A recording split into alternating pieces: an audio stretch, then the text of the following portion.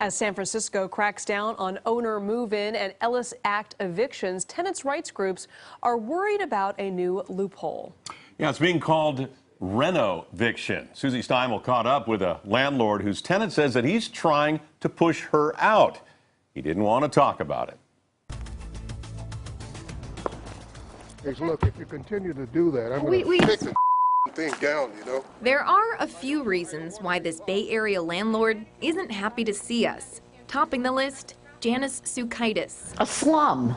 I moved into a slum. Ever since she moved into this Victorian in San Francisco's Haight-Ashbury in 1989, this is the ceiling falling in for the third time. She's kept detailed records of unsafe conditions, leaks in the roof, wood rot, broken stairs, no heat. She says her landlord, Jeff Creer, refused to fix anything. I'd say to him, there's wood rot in the house. And he'd say, oh, I don't see it. Where? I said, it's raining in the house. And he put his hand on the windowsill, and the windowsill fell off right in his hand. Building code violations piled up, but went unpaid and never fixed for years. Finally, San Francisco's city attorney took action. Jeff Creer and his wife were ordered to pay $450,000 in civil penalties. But Janice's troubles were far from over. 2 months later, I was evicted. A notice to vacate for capital improvements. It was supposed to be for 90 days, but Janice was suspicious. They're saying it's temporary, but once they get me out, I might find it really hard to get back in, right? Sure enough, Janice's 90-day eviction stretched into a year and a half. And she's not alone. Tenants' rights advocates here in the city say renovations that go on and on are a popular way for landlords to try to get rid of their tenants on rent control. Yeah, renoviction. Brad Hearn is with the Housing Rights Committee of San Francisco. Why this term renoviction is important is because tenants are displaced for extraordinarily long periods of time, and it becomes a form of harassment to get the tenant to basically give up. Evictions for capital improvement are legal and more than doubled last year according to rent board data, but they can't be extended without city approval, which did not happen in Janice's case. Many times I've seen landlords just simply not follow that step of requesting the extension. Janice refused to give up. She sued the Creers and eventually managed to get back into her apartment. And if you look to the right, you see all the scaffolding is here.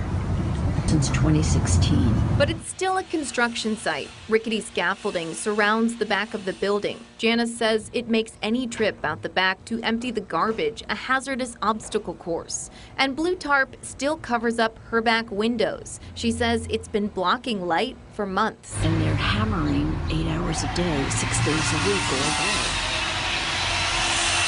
I think it's totally deliberate. I'm Susie. I'm with Channel 5. We wanted to ask Jeff Creer about that. Could I talk to you for a minute? About what? That property on Haight Street. So, we've been talking with Janice, your tenant there. Sure. Can you explain what's been going Look, on don't there? do that. I'm not telling you a thing at all. You don't want to set the record straight? I don't give a about the record that you have, okay? And with that, it appears Jeff Creer had enough of our questions.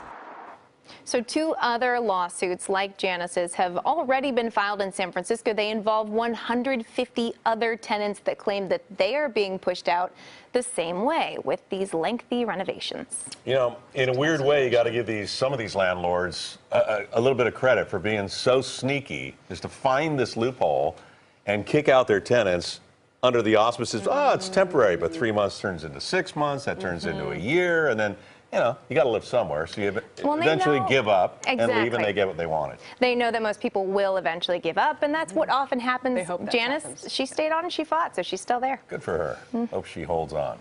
Hope so too. Thanks, Susie.